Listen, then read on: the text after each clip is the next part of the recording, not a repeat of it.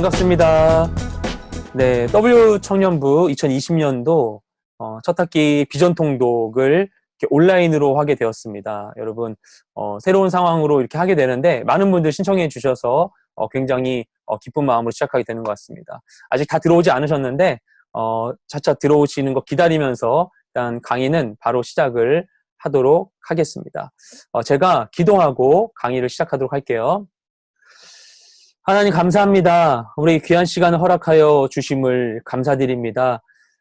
우리에게 주어진 시간, 우리가 주님께 더욱더 가까이 하기 위하여 우리가 통독의 시간으로 발걸음을 내딛게 되었습니다. 성령이 우리 가운데 함께 하시고 우리를 인도하여 주시옵시고 우리에게 지혜와 계시함을 주셔서 말씀을 더 깊이 깨닫게 하시고 하나님 안에 더 풍성히 거하는 이 모든 시간 될 수 있도록 역사하여 주시옵소서. 모든 시간 가운데 함께 하실 주님을 믿사오며 우리 모든 기도를 살아계신 예수님의 이름으로 기도드렸습니다. 아멘. 네, 여러분 잘 들리시죠? 혹시 이상한 거 있으시면은 채팅으로 피드백을 해주시면 감사하겠습니다. 일단 제가 강의 시작하도록 하겠습니다. 네, 일단 비전 통독 시작하면서 우리가 첫 번째 질문을 좀 할 필요가 있죠. 성경을 왜 읽어야 하는가에 대한 부분입니다. 그래서 디모데후서 3장 14절부터 17절까지 말씀을 좀 보도록 하겠는데요. 지금 이게 글씨가 잘 보일지 모르겠어요. 제가 읽도록 하겠습니다. 그러나 너는 배우고 확신한 일에 거하라. 너는 내가 누구에게서 배운 것을 알며 또 어려서부터 성경을 알았나니 성경은 능히 너로 하여금 그리스도 예수 안에 있는 믿음으로 말미암아 구원에 이르는 지혜가 있게 하느니라.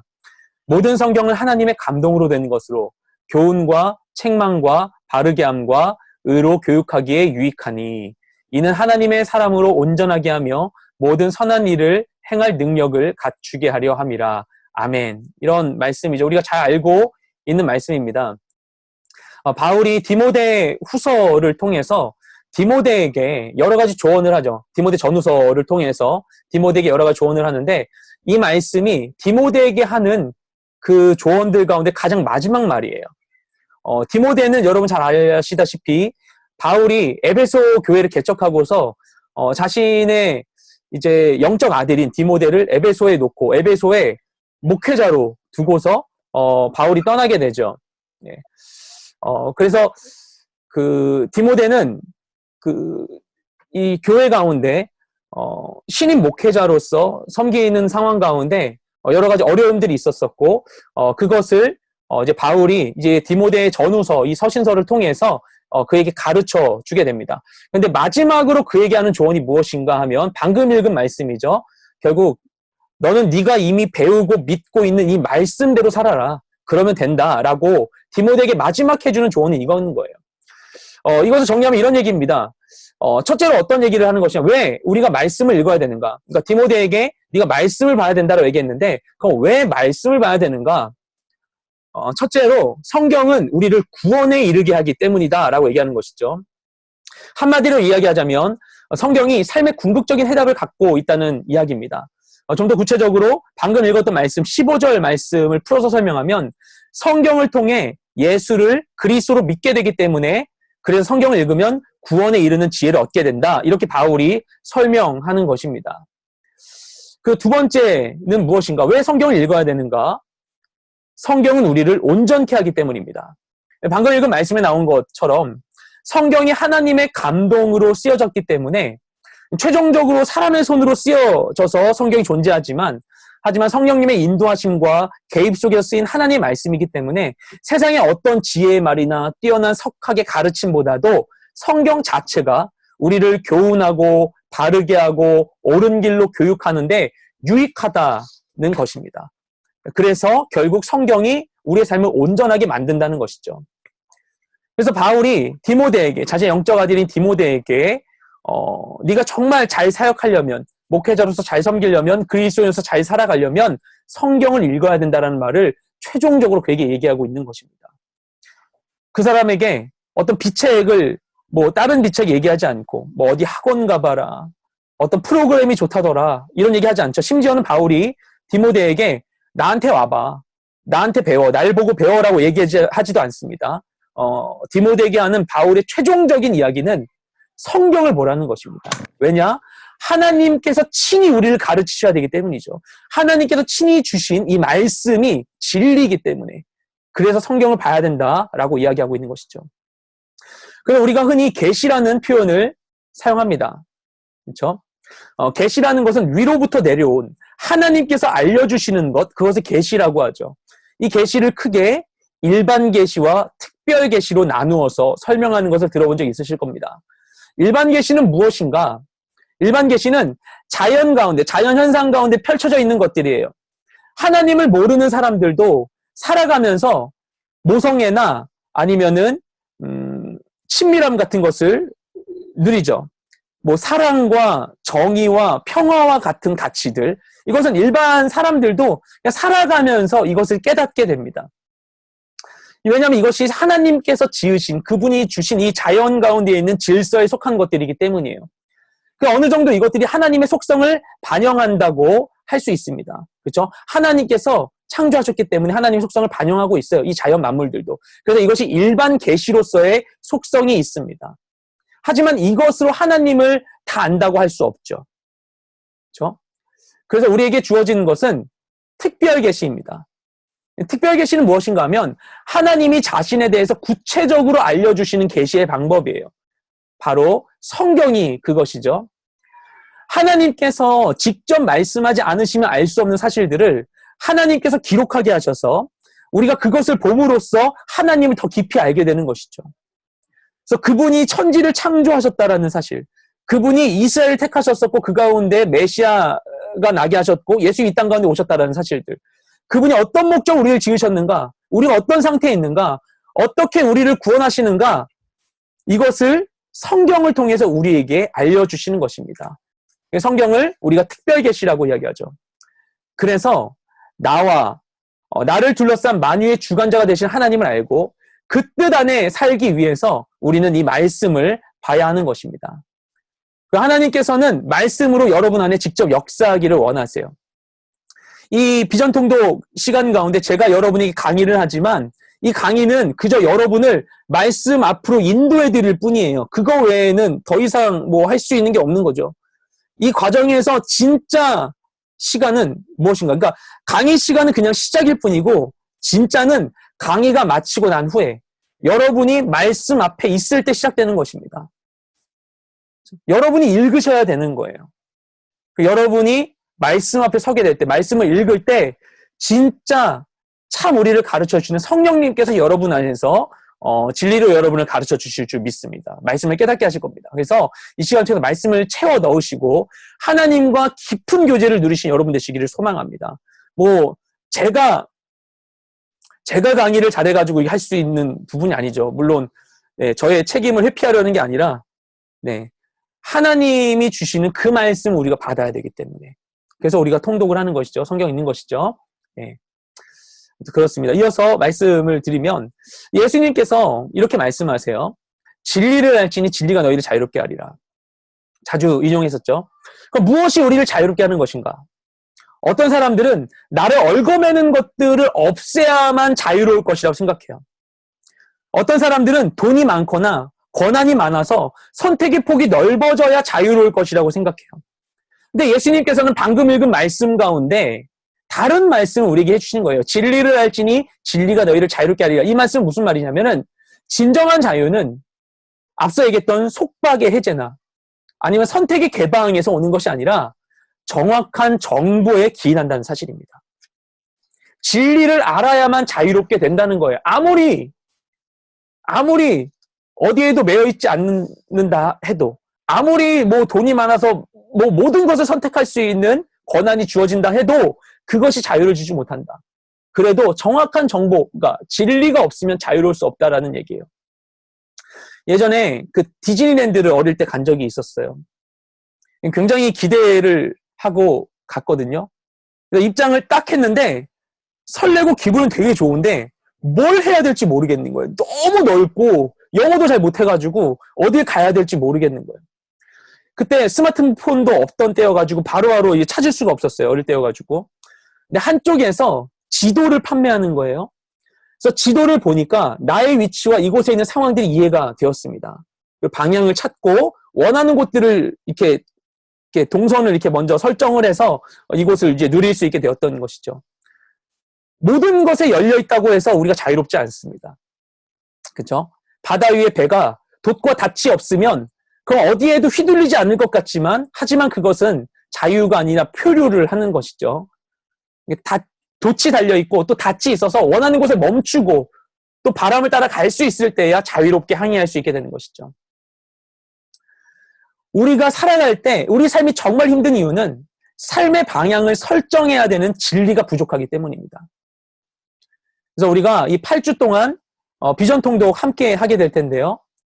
이 과정을 통해서 진리의 말씀으로 가득 채워지는 우리 모두가 되길 소망합니다.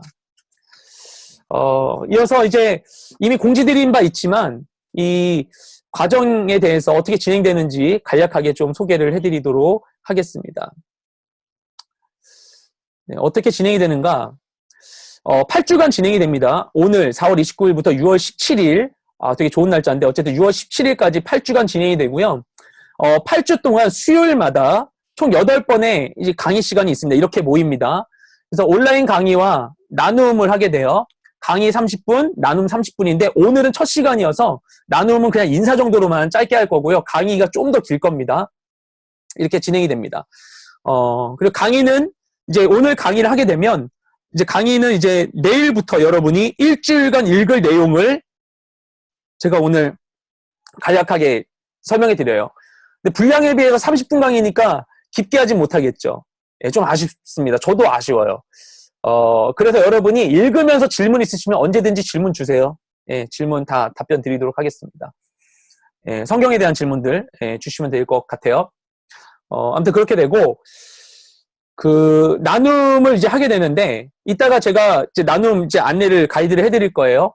이 지금 줌 안에서 소그룹 설정이 돼 있어요. 이제 소그룹으로 여러분을 이렇게 딱 초대를 하면은 여러분 지금은 우리가 여러 명이 한 방에 있지만 5분씩 6개 조로 5분씩 방으로 딱 여러분이 화면이 전환될 거예요. 그럼 그 안에서 마이크 풀고 뭐 화면도 푸셔도 돼요. 하셔서 여러분이 오늘 강의에서 느낀 점, 지난 한 주간 읽은 말씀에서 느낀 점 이런 걸 나눠주시면 됩니다. 조장님이 계세요. 조장님 인도에 따라서 여러분이 해주시면 되겠습니다. 네. 그리고 네, 아무튼 그래요. 네. 그리고 이제 읽게 되는 게 이제 중요한 건데, 이제 통독을 해야 되잖아요. 이 시간은 그래서 출석이 너무나 중요하지만 출석으로 다 되지 않고 숙제가 있어요. 통독을 다 해야만 수료가 됩니다. 통독한 전체 분량을 제가 그 카톡방에 올려드렸지만 8주로 나눴었고요. 이게 하루당 4장에서 5장씩 읽으면 되는 분량이에요. 그래서 꾸준히 읽는 거를 권해드립니다. 4장, 5장 금방 읽거든요. 꾸준히 읽을 것을 권해드리고, 8주 동안 그럼 신약 전체를 다 읽게 돼요. 근데 만약에 밀리게 된다, 그러면은, 뭐 밀린 것을 나중에 뭐 합쳐서 읽어도 됩니다. 어쨌든 과정 마칠 때까지는 다 읽으셔야만 하는 거예요. 네, 아무튼 그렇습니다. 그리고 이제 결석 어떻게 되는가? 이 강의를 들으시고 소그룹까지 했을 때 출석이 되는 거예요. 근데 지각을 좀 설정을 해야 될 것 같은데, 그건 좀 제가 의견을 좀 들어봐야 될 것 같습니다. 어쨌든 간에, 이 강의에 이제 출석을 하셔야 되는데, 못 들으시는 경우, 유고결석, 사유를 저나 조장님에게 말씀을 해주시는데, 유고결석에 한해 2회까지 허용되나, 2회 결석을 한다고 해서 그냥 뭐 건너뛰면 되는 게 아니라, 이 결석은 대체 과제로 채우셔야 돼요. 대체 과제 형식은 어떻게 되는가? 이 강의 영상을 제가 링크를 드리면 그걸 보시고 소감문을 저에게 보내주시는 겁니다. 그렇게 하면은 2번까지는 그렇게 해서 결석을 이렇게 이제 허용해 드릴 수가 있고, 그 이상 결석하게 되면 수료는 어렵습니다. 수강은 하실 수 있지만, 아무튼 그렇게 된다라는 점 알고 계시면 감사하겠고요. 이후에는 이제 조장님이나 저에게 직접 문의 주시면 되겠습니다. 본격적인 강의에 들어가도록 하겠습니다. 지금까지 벌써 14분이나 지나버렸어요. 본격적인 강의. 그리고 이제 추가로 좀 말씀드리면, 오늘 강의 못 들으시고 2번째부터 들어오는 게 가능하죠. 그래서 첫 주는 결석한 걸로 처리해서 하는 게 가능한다는 것 알고 계시면 되겠습니다. 강의 하도록 하겠습니다. 오늘 나눌 내용은 마태복음과 마가복음 전반부인데요. 이 마태복음을 이해하기 위해서는, 그리고 이제 오늘이 첫 시간이기 때문에 먼저 설명해야 될 부분이 있습니다. 이게 이 과정 전체의 목적하고 연결되는 부분이면서 오늘 마태복음을 설명하기 전에도 필요한 얘기예요. 무엇인가? 이번 과정이 우리가 비전통독 신약만 하게 되는 것이죠. 신약 27권만 합니다. 왜 신약이냐라는 의문을 여러분 가져보셨습니까? 왜 신약인가? 신약 성경을 한마디로 표현하자면 신약 성경은 구원의 진행과 완성을 보여주는 책이라고 할 수 있습니다. 그러니까 성경 66권 전체가 하나님의 구원 계획의 시작과 끝까지 전체 모든 구속사를 보여준다고 할 수 있어요. 그리고 하나님의 이 구속사에 있어서 이 구원 계획의 정점에 있는 것이 바로 예수 그리스도이십니다.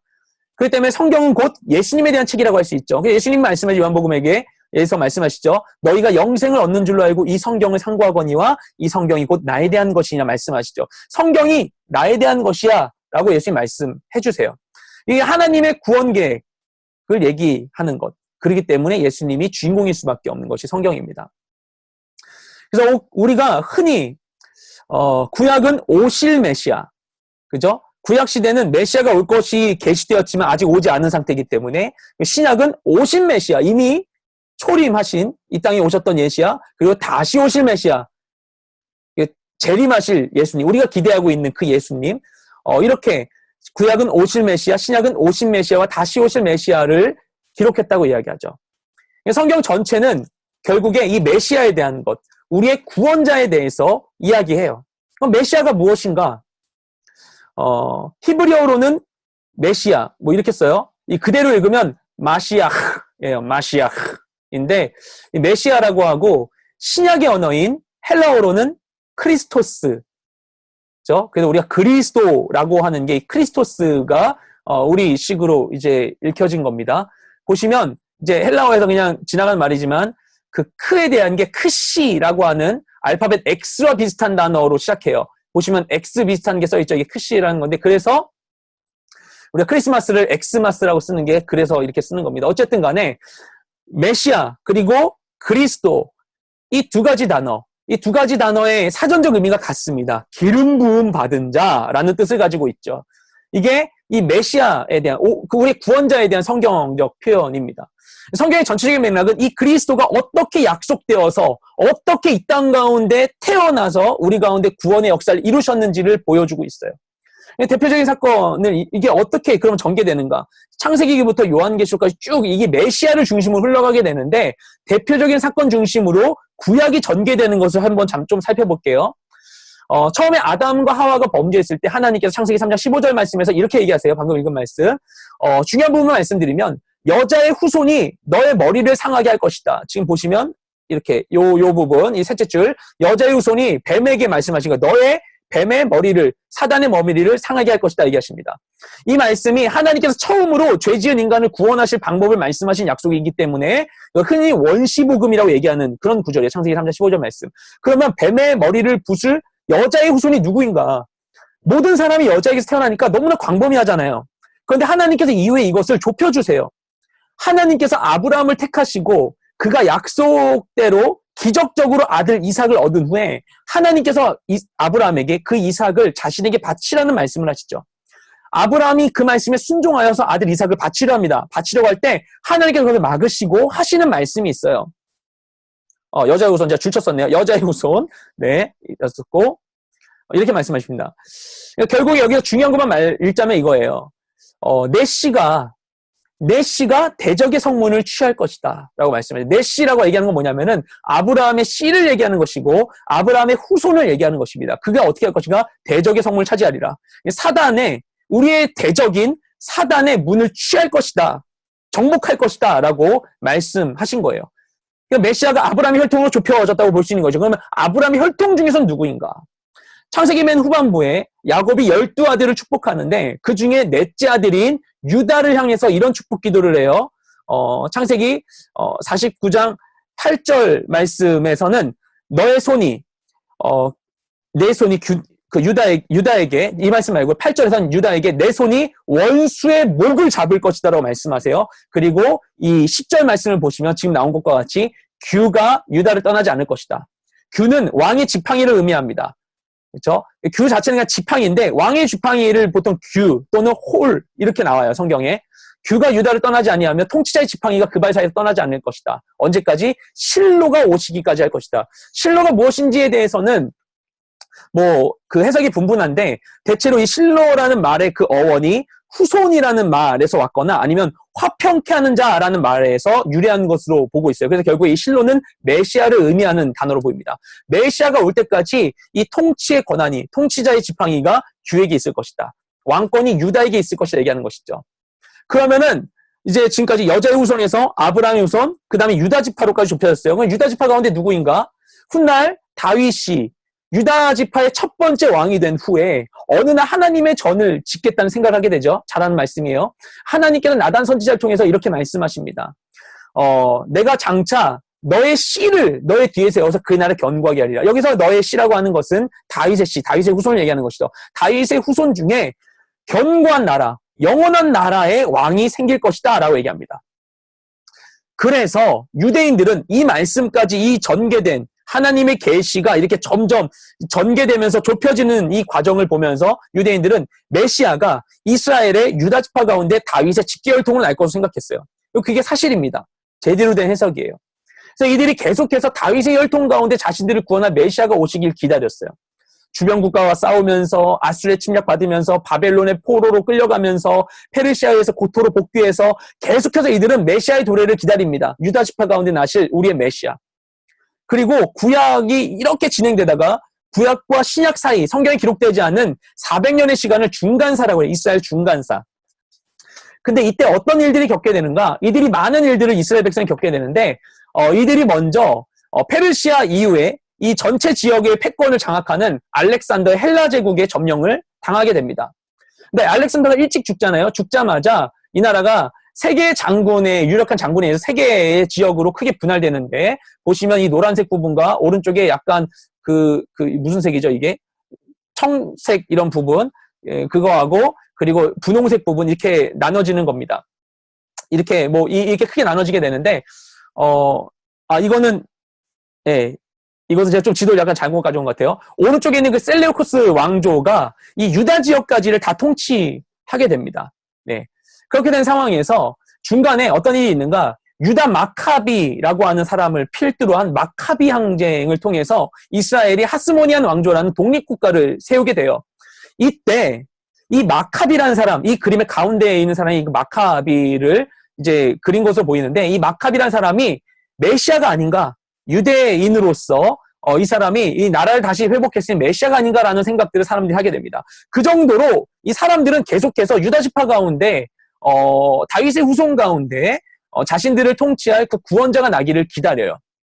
그 이후에 이 지역이 어떻게 되는가? 로마에게 또 점령당해요. 폼페이우스 마그누스가 이 지역을 점령하죠. 로마의 관할이 됩니다. 그 이후에 줄리어스 시저가 권력을 잡게 되고 그의 양아들인 옥타비아누스가 첫 번째 황제인 아우구스투스로서 통치하던 때 역사적으로 굉장히 중요한 이 시대에 예수님께서 베들레헴에서 태어나시는 거예요. 근데 이때에도 유대인들은 자기들 구원자가 이 다윗의 혈통 가운데 나기를 기다리죠. 근데 어쨌든 간에 예수님이 베들레헴에 태어났다는 사실도 굉장히 중요합니다. 본래 요셉과 마리아는 갈릴리 나사렛 사람이에요. 근데 왜 예수님은 베들레헴에서 출생하는가 나사렛이 아니라 누가복음에만 이게 기록되어 있습니다. 누가복음에 기록된 사실에 의하면 예수님이 태어나실 즈음에 여기 나와 있는 아우구스투스가 모든 사람에게 천하에 있는 로마의 관할 지역에 있는 모든 사람에게 호적 등록하라는 명령을 내립니다. 다들 자기 호적지로 가야 했어요. 우리도 호적 있잖아요. 호적지로 가야 했는데 요셉에게는 호적지가 바로 베들레헴이었어요. 왜냐? 베들레헴이 다윗의 고향이잖아요. 요셉이 다윗의 직계혈통이거든요. 그래서 베들레헴에 간 것입니다. 이게 예수님이 다윗의 혈통으로 나신다는 예언을 성취하기 위한 것이었고 그것이 누가복음에 기록되어 있는 것이죠. 아무튼 그렇습니다. 이 진짜 본론인 마태복음으로 이제 들어가게 돼요. 네, 이제 24분 됐는데 앞서 지금까지 얘기를 제가 왜 했는가? 이게 마태복음과 다 연결되기 때문에 말씀드린 거예요. 단지 그 신약을 시작하기 때문에 말씀드린 게 아니라 지금까지 말씀드린 이 내용을 함축하고 있는 게 마태복음 1장입니다. 네. 마태복음 1장에 뭐가 나오죠? 예수님 족보가 나와요. 이게 되게 중요하거든요. 이 족보가 바로 구약에 예언된 오실 메시아와 신약에 기록되는 오신 메시아를 연결해주는 내용이 바로 이 족보인 것입니다. 아까 제가 창세기를 쭉 읊으면서 여자의 후손이 뭐 아브라함의 후손으로 유다 지파로 그 다윗의 후손으로 이렇게 하나님의 그 계시가 전개되어 왔다고 말씀드렸죠. 구약은 그렇게 되어가면서 그 메시아에 대한 기대로 가득 차 있는데 그가 누구인가에 대한 것을 연결해 주는 것이 마태복음 1장에 나오는 예수님의 족보입니다. 그래서 마태복음이 신약에 제일 먼저 기록되었는데 그 이유를 모를 수 있어요. 네. 마태복음이 왜 제일 먼저 나왔는가? 마태복음이 가장 먼저 쓰여서가 아니에요. 복음서 중에 제일 먼저 쓰인 것은 마가복음입니다. 그리고 사실 복음서보다 서신서가 더 먼저 쓰여졌어요. 갈라디아서라든지 이게 더 먼저 쓰여지고 복음서가 좀 나중에 쓰여졌어요. 네. 그리고 뭐 가장 긴 복음서는 누가복음이에요. 그러니까 마태복음이 왜 처음일까? 제일 먼저 쓰여진 것도 아닌데 마태복음이 신약이 제일 앞에 있는 이유는 구약과 신약을 연결하기 때문인 것이죠. 네, 그렇습니다. 다음 주에 제가 공간복음에 대해서 설명을 좀 더 하려고 합니다. 그런데 어쨌든 우리가 이 복음서를 처음 접하면서 신약 처음 읽으면서 느끼는 당혹감이 있는데 왜 복음서가 4개나 있는가 하는 것입니다. 처음에 복음서 4권을 차례로 읽으면 막 깊이 읽지 않고 그냥 탁 지나가다 보면 뭔가 같은 이야기를 또 보는 것 같은 느낌이 들어요. 이야기가 끝나진 않는 것 같은 느낌. 약간 막 그죠? 뭐 여고괴담 이런 것처럼 예수님이 태어나시고 돌아가시고 막 이렇게 계속 이런 느낌이 들죠. 왜 같은 거 똑같은 얘기를 4개나 썼나 이런 생각 안 해보셨습니까? 저 어릴 때 그런 생각 했었거든요. 그냥 누군가 이거 집대성 하든가, 예, 자기들끼리 약속해가지고 하나를 써가지고 모든 정보를 다 해서 쓰면 훨씬 읽기 편할 텐데 하는 생각이 들었어요. 근데 어쨌든 이번에는 정신을 집중하셔서 이 4권을 잘 읽어보시기 바랍니다. 그러면 이 4권에 다른 점이 있어요. 어떻게 다른가? 기록된 사건이, 동일한 사건이 좀 다르게 표현되기도 하고요. 뭐, 이게 어디는 나오고, 어디는 안 나오고, 이런 것들도 있고, 같은 사건인데 설명이 좀 다르기도 하고, 어떤 건 쓰이는 용어가 달라요. 예를 들면 화폐 단위가 다른 게 나옵니다. 어디는 세겔이 나오고, 어디는 렙돈, 드라크마, 이렇게 막, 이런 게 다른다든지, 전체적인 이야기의 전개 순서가 다르기도 합니다. 전체적인 맥락이. 다른 부분이 있어요. 예. 달라서 이상한 것처럼 보일 수도 있습니다. 왜 이렇게 달라? 이거 좀 이상한 거 아니야? 그런데 사실 중요한 건 이 다름에 있어요. 그 다름이 중요합니다. 네. 예수님께서 이 땅 가운데 인간의 몸을 하시고 공생애를 사시고 십자가에 돌아가신 것은 단 하나의 사건이죠. 그런데 이것을 누가 어떤 관점으로 기록하느냐에 따라 기록된 내용이 다를 수 있어요. 그리고 기록할 때 누구 뭐라고 쓰느냐에 따라 다를 수 있겠죠. 예수님 잘 아는 사람한테 쓰거나 예수님 잘 모르는 사람에게 쓰거나 우리나라 사람한테 쓰거나 미국 사람에 쓰거나 할 때마다 대상에 따라가도 이 내용이나 표현이 다를 수 있어요. 오늘 여러분이 이 강의를 듣고 있지만 여러분 강의에 대해 소감을 쓰러가면 여러분이 기억하는 것이나 이해하는 것이 다 상이할 수 있습니다. 성경에 대한 여러분의 이해가 다를 수도 있고 여러분이 관심 갖고 있는 게 다를 수도 있고 그렇죠? 그리고 여러분이 접속한 시간이 다를 수도 있고 또 이것을 누구에게 전하느냐에 따라서 여러분이 자신이 들은 내용을 순원에게 전하거나 아니면 교회 안 다니는 친구에게 말하느냐에 따라서 표현 방식이 또 다르겠죠. 그러니까 하나님께서 예수님에 대한 이 동일한 복음의 사건을 다른 사람들의 다른 관점에서 다른 대상을 향해 기록하게 하셔요. 그래서 우리가 예수님의 복음을 보다 입체적으로 이해할 수 있게 되는 것이죠. 그래서 우리가 복음서를 읽을 때 그 복음서를 우리가 큐티할 때 특히 우리가 큐티할 때 마태복음 본문을 우리가 큐티한다면 마태복음의 맥락 안에서만 묵상하는 게 일단 좋습니다. 정말 이해를 위해서는 다른 복음서를 참고하는 것도 좋지만 복음서의 맥락이 좀 다르기 때문에 그래요. 그래서 마태복음의 맥락 안에서 이해하는 것이 좋아요. 이런 부분이 있습니다. 그런 이해를 바탕으로 할 때 마태복음은 그러면 어떤 배경에서 쓰인 것인가? 네, 이 얘기를 해야만 하겠죠. 마태는 예수님의 12제자 중에 한 명입니다. 공간복음, 마태, 마가, 누가복음 가운데 마가, 누가는 예수님 12제자 가운데 속해 있지 않죠. 마태는 예수님의 제자로서 거의 모든 행적을 직접 목격한 사람이에요. 근데 이 사람이 약 AD 60년경에 마태복음을 쓴 것으로 보이는데 이 당시에 어떤 일이 있었는가? 그 당시 유대 사회는 예수님을 구약에 예언된 메시아로 믿는 아까 구약에서 그 메시아 얘기했잖아요. 그 메시아가 예수다라고 믿고 있는 소수의 유대인들과 예수는 메시아가 아니다라고 예수님이 메시아 되심을 인정하지 않는 유대인 다수 간의 갈등이 첨예한 상황이었습니다. 이 상황 속에서 마태가 1차적으로 유대인들을 대상으로 해서 마태복음을 기록합니다. 이방인 보라고 한 부분도 있겠지만 1차적 대상은 유대인이에요. 그래서 마태복음 보면 유대적인 특징들이 있어요. 좀 현저합니다, 그게. 먼저 1장의 족보 내용도 마찬가지. 1장 족보 내용이 유대인들 뭐라고 한 거예요. 그래서 그 이스라엘에서 그 선교 활동하시는 그 선교사님들에게 예전에 들었던 얘기인데, 그 유대인들이 의외로 성경 몰라요. 성경 잘 모릅니다. 저도 이스라엘 가가지고 그 만나본 유대인들 이야기를 해보면 정말 그들이 성경 잘 몰라요. 자기가 유대인이라고 생각하면서도 성경 잘 모르는 경우가 되게 많이 있어요. 아무튼 그런데 그들에게 이 마태복음, 신약의 마태복음을 주면 보면서 뭐야? 뭐 그 예수가 메시아야? 이렇게 생각하는 경우가 있대요. 왜냐하면 신약 자체를 모르고 복음 자체를 몰라가지고 예수님을 잘 알지 못한 채 뭐 그냥 그렇게 아니라고 생각하는 경우들이 많기 때문에 이 마태복음이 굉장히 유대인들을 위해서 쓰여진 책입니다. 그래서 족보의 내용이 있고 그리고 그 내용 중에 보면 그쵸? 내용 중에 보면 그 유대적인 문화에 대한 부분들을 굳이 부연 설명하지 않아요. 이게 뭐냐면 마가복음에서는 설명을 하다가 유대적인 내용이 나오면 이거에 대한 설명이 붙어요. 유대적인 내용이 나오면 유대인 아니면 이해하지 못할 부분들, 이방인들이 보면 이해 못할 것을 부연 설명을 해요. 예를 들면 마가복음 3장 가운데 12제자를 세우실 때 세베대의 두 아들 야고보와 요한에 대해서는 예수님께서 보아너게라는 이름을 더 붙여주셨다라고 얘기합니다. 근데 보아너게가 뭔지 우리가 모르잖아요. 이방인들 다 모르잖아요. 거기에 부연 설명이에요. 그것은 우레의 아들이라는 뜻이다 라고 풀어주거든요. 근데 마태복음에는 그런 친절한 설명이 없습니다. 유대적인 문화가 그냥 그대로 나와요. 아까도 얘기했지만 이 메시아는 다윗의 후손으로 날 것이 예언되었기 때문에 그 다윗의 자손이라는 말이 그 다윗의 자손이라는 말이 그 메시아에 대한 다른 관용적 표현이에요. 근데 마태복음을 보면 다윗의 자손이라는 표현이 많이 나와요.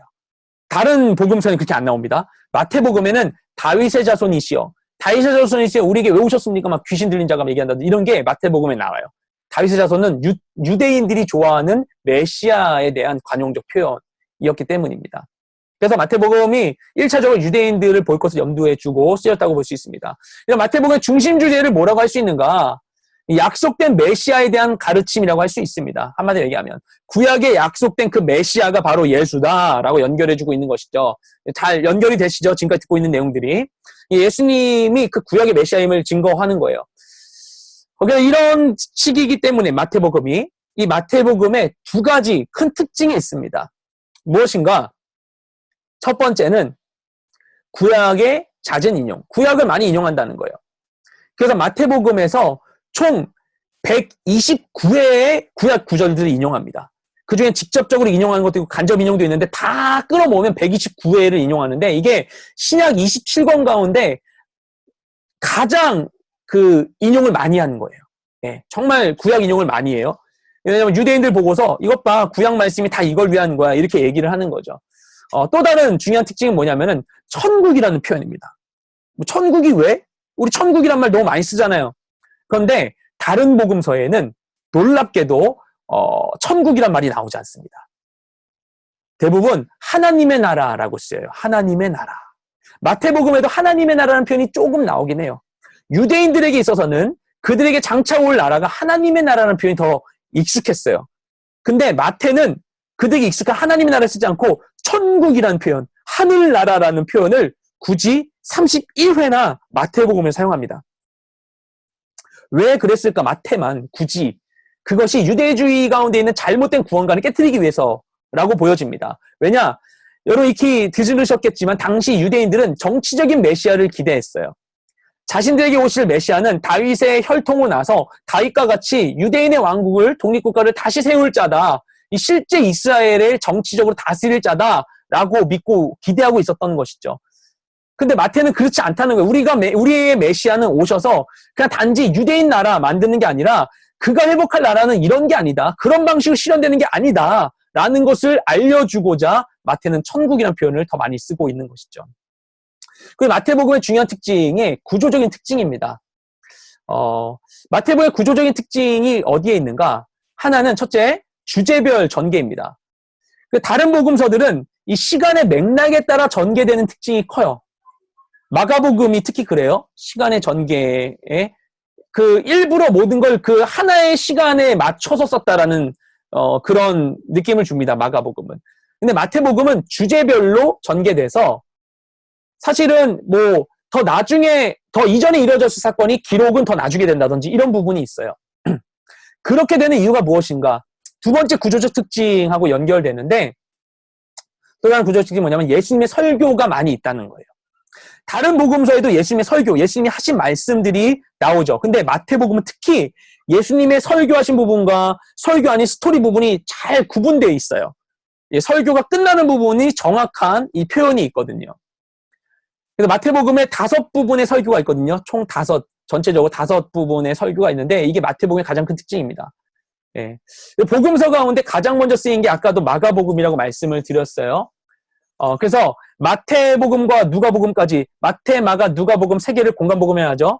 근데 마태와 누가는 먼저 쓰여졌던 마가복음을 본 후에 마태복음과 누가복음을 각각 쓰지 않았을까 생각합니다. 왜냐하면은 마가복음의 내용이 마태복음과 누가복음에 거의 다 그대로 있거든요. 거기에 다른 것이 더 덧붙여져서 마태복음과 누가복음이 되었어요. 네.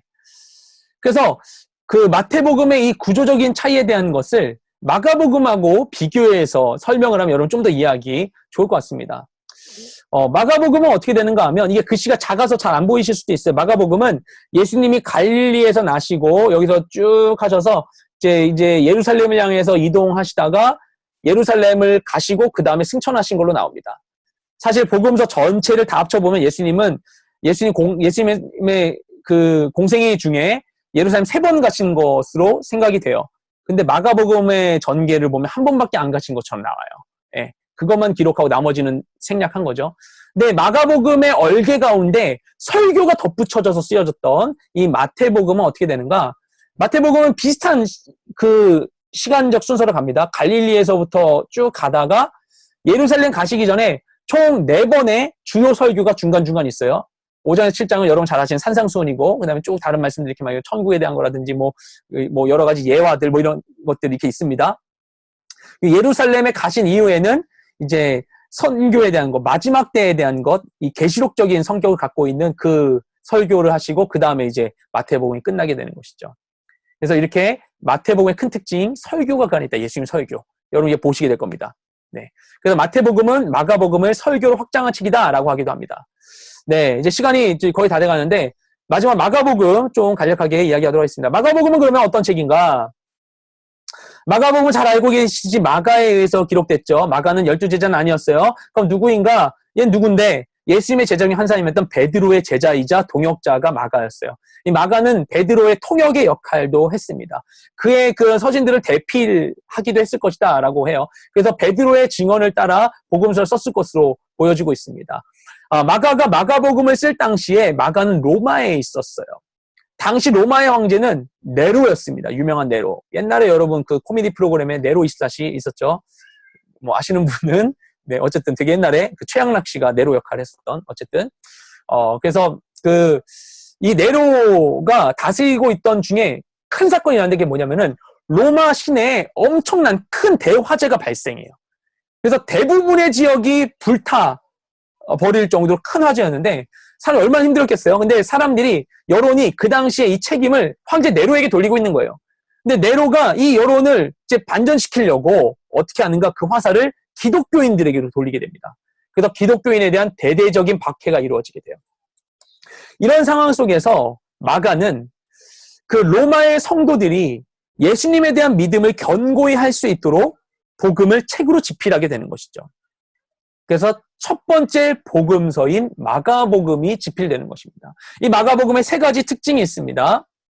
첫 번째 무엇인가? 바른 신앙 고백을 할 수 있게 하는 목표를 갖고 있다는 것이죠. 그건 뭐냐면 마가복음 1장 1절이에요. 왜 썼는가에 대한 얘기하는데 이렇게 합니다. 하나님의 아들 예수 그리스도의 복음의 시작이다. 아멘. 그러니까 예수님에 대한 이야기인데 이분이 하나님의 아들이고 또한 이분이 그리스도다라고 얘기하죠. 그 하나님의 아들 예수 그리스도의 복음의 시작이다라고 얘기하는 거예요. 그러니까 전체적인 내용이 무엇일 것인지를 명확하게 첫 번째 구절부터 첫 번째 문장부터 얘기해주고 있는 것이죠. 예수님이 하나님의 아들이시고 그분이 그리스도시다라는 걸 전하는데 목적을 두고 있는 것입니다. 두 번째 특징은 무엇인가?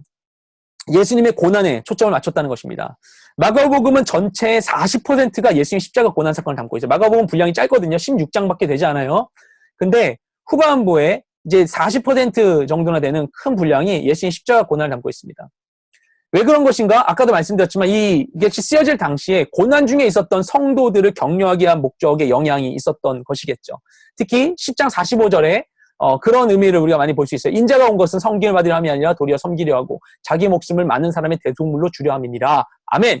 예수님의 말씀을 여기 기록하고 있죠. 그래서 예수님이 자신이 온 이유는 무엇인가? 나는 이 땅에 종으로 왔다. 섬기러 왔다. 내 목숨을 많은 이들에게 대속물로 주려고 왔다. 예수님을 종으로 표현하고 있고요. 그분이 고난받았다라는 것을 굉장히 강조하고 있습니다. 그래서 우리가 주님의 제자로서 받고 있는 고난이 어떤 의미를 갖고 있는지를 얘기해 주는 것이죠. 세 번째 특징 무엇인가? 제자도를 강조한다는 것입니다. 이게 마가복음 전체를 읽을 때 이 맥락 안에 읽으시면 굉장히 좋을 것 같아요. 마가복음의 굉장히 큰 특징 중에 하나가 제자들이 부정적으로 묘사되는 장면들이 많이 등장합니다. 마가복음에서 제자들은 예수님 따르면서도 누가 더 크냐는 논쟁을 하게 되죠. 그렇죠? 그리고 풍랑 속에서 막 두려워해요. 그 예수님께서 배를 탄 다음에 너네 바리새인의 누룩과 헤롯의 누룩을 조심해 얘기하실 때는 얘네들이 막 뭔 말인지 못 알아듣고 야, 너 빵 안 챙겼냐? 빵 안 챙겨서 뭐라고 하시나 봐. 이렇게 얘기하는 거예요. 그러니까 예수님이 그 말 듣고 막 분통 터져서 3번이나 막 격정적으로 이들에게 뭐라고 막 화내시는 이런 장면이 등장합니다. 제자들이 예수님의 말씀을 못 알아들어요. 네. 그리고 예수의 부활 소식을 나중에 듣고도 의심해요. 의심해서 예수님께 책망의 말씀을 듣기도 하죠. 이런 제자들의 부정적인 모습들이 마가복음에 많이 나오는데 이런 모습을 통해서 예수님을 따르는 우리가 이것을 반면교사 삼아서 바른 제자가 되도록 도와주는 이런 측면이 있는 것이죠. 그리고 이런 제자들의 특징이 전체적인 구조에서도 잘 드러납니다. 그래서 1장부터 8장 21절까지 우리가 첫 주 때 읽을 부분은 이 첫 번째 부분이에요. 우리 6장까지 마가복음 6장까지 읽게 되죠. 1장부터 8장 21절까지는 갈릴리를 배경으로 합니다. 갈릴리에서 예수님께서 제자들을 부르시고 사역을 준비하신 장면이 나와요. 이때 중요한 건 뭐냐면 제자들이 제자로 가기 위하여서 가족과 재산을 버리고 예수님을 따라야 하는 이 단절에 대한 부분이 나옵니다. 두 번째 부분을 8장 22절부터 10장까지라 볼 수 있어요. 이때는 예수님께서 갈릴리를 떠나서 예루살렘까지 가시는 여정입니다.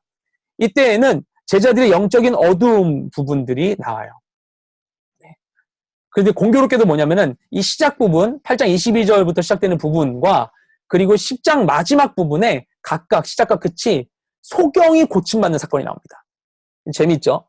그래서 영적 소경되어 있는 제자들의 어두운 모습을 반영한다고 볼 수 있습니다. 그리고 재물 많은 청년의 이야기도 나오죠. 그래서 예수님을 잘 따르지 못하는 자들에 대한 이야기가 여기 나오는 거예요. 그리고 마지막으로 11장부터 16장까지는 예루살렘 도착한 이후의 모습, 예수님 고난당하시는 모습으로서 제자의 진정한 모범을 보여주신 종으로 이 땅 가운데 오셔서 하나님의 뜻에 순종하신 그 예수님의 모습을 보여주고 있는 것입니다. 이렇게 마가복음이 진행됩니다. 여러분께서 이제 내일부터 마태복음 전체와 마가복음 1장부터 6장까지 내용을 이제 읽으실 텐데요. 이것을 보시면서 오늘 계속 말씀드린 부분이 이제 메시아에 대한 부분이 굉장히 크죠. 성경 전체를 꿰뚫는 열쇠가 메시아에 대한 이해를 하는 것입니다. 예전에 말씀드린 거 있지만 메시아 사상이 굉장히 중요해요. 우리는 기독교죠. 기독교는 크리스트교죠. 그것이 한자로 했을 때 그 그리스도를 한자 성경에는 그게 그 한자 성경이 그리스도로 표현하고 있는 그 단어가 찌뚜라고 한다고 하더라고요. 읽으면 중국식으로 읽으면 그게 그리스도입니다. 그래서 그게 기독교예요. 기독. 찌뚜 이게 기독. 그래서 우리가 기독교고 그리스도교입니다. 왜냐하면 예수를 그리스도로 믿기 때문에. 이 그리스도라는 게 굉장히 중요한 것이죠. 제가 말씀드린 생기 3대 유일신교가 있죠. 유대교, 이슬람교, 그리고 기독교. 이 계속에 뭐 구교신 카톨릭이라든지 뭐 콥틱, 아르메니안 뭐 이런 거 다 합친 상황에서의 기독교지만 근데 이 세 가지 유일신교를 가르는 한 가지 기준이 메시아입니다. 유대인들은 메시아 사상이 있죠. 하지만 메시아가 오지 않았다라는 거고. 그리고 이슬람교에서는 메시아 사상 자체가 없습니다. 메시아에 대한 성경 말씀을 이해 못해요. 걔네도 성경을 인질이라고 하면서 읽는데 메시아 사상을 이해를 못해요. 단지 수니파 말고 시아파 무슬림들은 12번째 이맘이라고 하는 메시아 사상 비스무리한 게 있습니다. 뭐 그 사상이 있긴 하지만 어쨌든 걔네는 메시아 사상을 이해 못합니다. 그래서 오리라한 모든 것, 뭐 장차 오의 거에 대한 거 아니면 성령님의 도래에 대한 것을 다 무함마드로 연결해요. 마지막 최후의 사도에 대한 얘기다. 뭐 이런 식으로 얘기를 합니다. 근데 우리 기독교는 메시아 사상이 있죠. 메시아를 믿는데 그 메시아가 예수다라고 하는 게 우리죠. 그래서 우리가 여러분 마태복음 읽으실 때 이 초점을 가지고 마태복음 보시면 그래서 이 말씀이 있고 예수님이 이렇게 이것을 성취하셨고 마태복음을 통해서 우리가 예수님이 이렇게 이해해야 되는구나. 마가복음 역시 우리가 그렇게 볼 수 있을 것입니다. 이 구속사적 관점으로 성경을 보는 게 굉장히 중요하고요. 그게 사실 비전 통독에서 중요하게 추구하는 부분이죠. 이렇게 여러분 이 부분들을 잘 유의하셔서 내일부터 성경 통독 잘 하시면 되겠습니다. 네.